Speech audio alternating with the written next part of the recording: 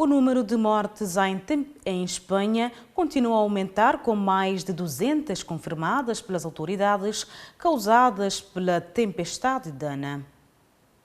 A Espanha enfrenta as consequências de uma das piores catástrofes naturais, com mais de 200 mortes confirmadas, principalmente em Valência. A Agência Estatal de Meteorologia mantém alertas para novas chuvas fortes, enquanto esforços de salvamento continuam. Até agora foram confirmadas pelo menos 205 mortes, sendo 62 apenas em Paiporta. Com estradas bloqueadas por veículos destruídos, detritos e muitas casas ainda sem energia e água, os residentes tentam enfrentar o impacto da tempestade e se preparar para mais chuvas. Para ajudar nos esforços de resgate e limpeza, 1.700 militares foram mobilizados para as zonas afetadas, enquanto voluntários e sobreviventes se unem para remover uma densa camada de lama nas ruas. Entretanto, o governo continua a pedir para que a população evite deslocar-se para áreas afetadas devido ao colapso de estradas e vias de acesso.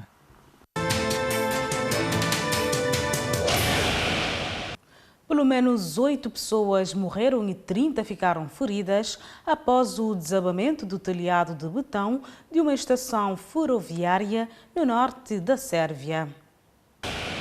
Uma tragédia no norte da Sérvia resultou na morte de pelo menos 8 pessoas após o desabamento do telhado de betão de uma estação ferroviária. O telhado desta estação em Novi Sad, construído em 1964, desabou nesta sexta-feira, causando a morte de 8 pessoas e ferindo 30, com 4 pessoas em estado grave. Entre elas está uma adolescente de 14 anos que foi resgatada, mas as outras vítimas permanecem hospitalizadas, segundo o ministro do Interior, Ivica Dačić. O primeiro-ministro sérvio, Miloš Vučević, expressou a solidariedade e declarou o dia da sexta-feira como sendo sombria para toda a Sérvia. Ele anunciou a abertura de uma investigação para esclarecer as causas do colapso e identificar possíveis responsáveis, ressaltando que o prédio havia passado recentemente por reformas. O Japão e a União Europeia firmaram uma parceria estratégica em defesa e segurança, a primeira do tipo da União Europeia, com um país do Indo-Pacífico, com foco em exercícios militares conjuntos e colaboração na indústria e defesa. O anúncio feito em Tóquio reflete o crescente empenho do Japão e da União Europeia em fortalecer alianças em resposta à intensificação das atividades militares da China, da Rússia e da Coreia do Norte. O chefe da política externa da União Europeia e o ministro japonês dos Negócios Estrangeiros destacaram a importância do acordo, classificando-o como histórico e necessário devido ao aumento das rivalidades e tensões regionais e globais. Além de exercícios navais conjuntos e uma cooperação reforçada na defesa cibernética e espacial, o pacto envolve o intercâmbio de informações estratégicas e um esforço conjunto para apoiar a segurança da Ucrânia. Em consonância com a sua estratégia de segurança de 2022, o Japão tem buscado expandir sua indústria de defesa e colaborar com parceiros internacionais. A menos de um mês das eleições legislativas previstas para 24 de novembro, o governo da Guiné-Bissau afirmou que não há condições técnicas para a realização do pleito, deixando a decisão final para o presidente da República.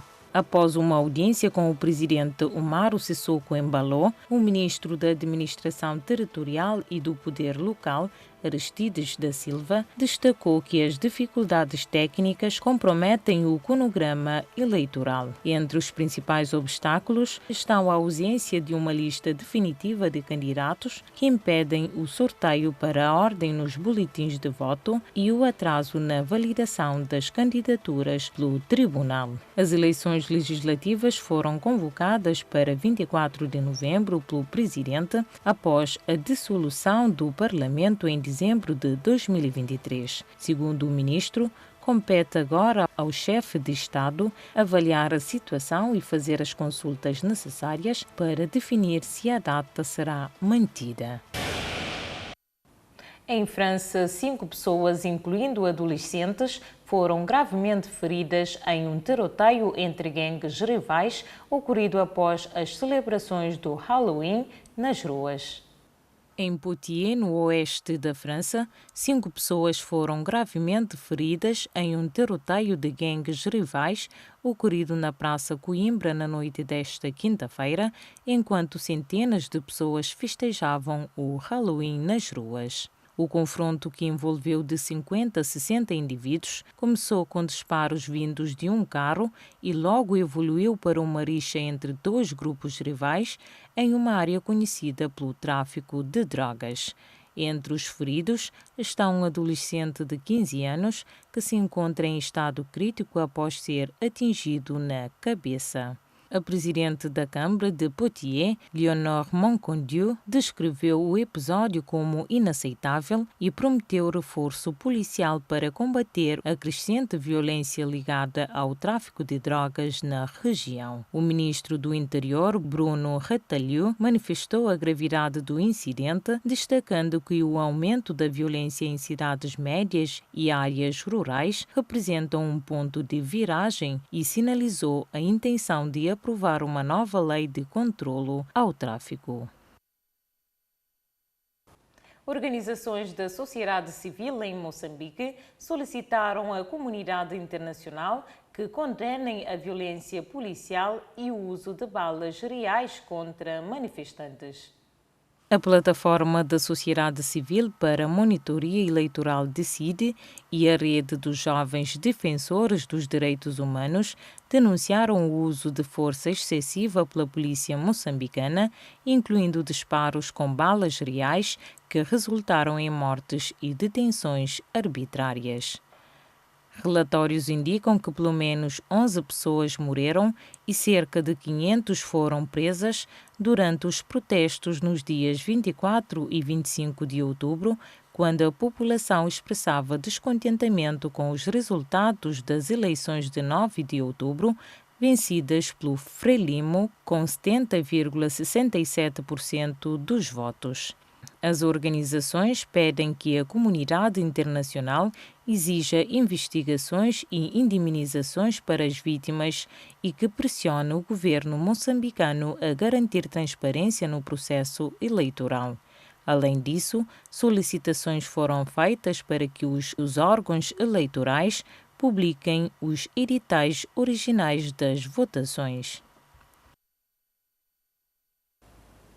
O presidente angolano, João Lourenço, anunciou a sua visita à África do Sul em dezembro com o objetivo de formalizar novos acordos bilaterais entre os dois países.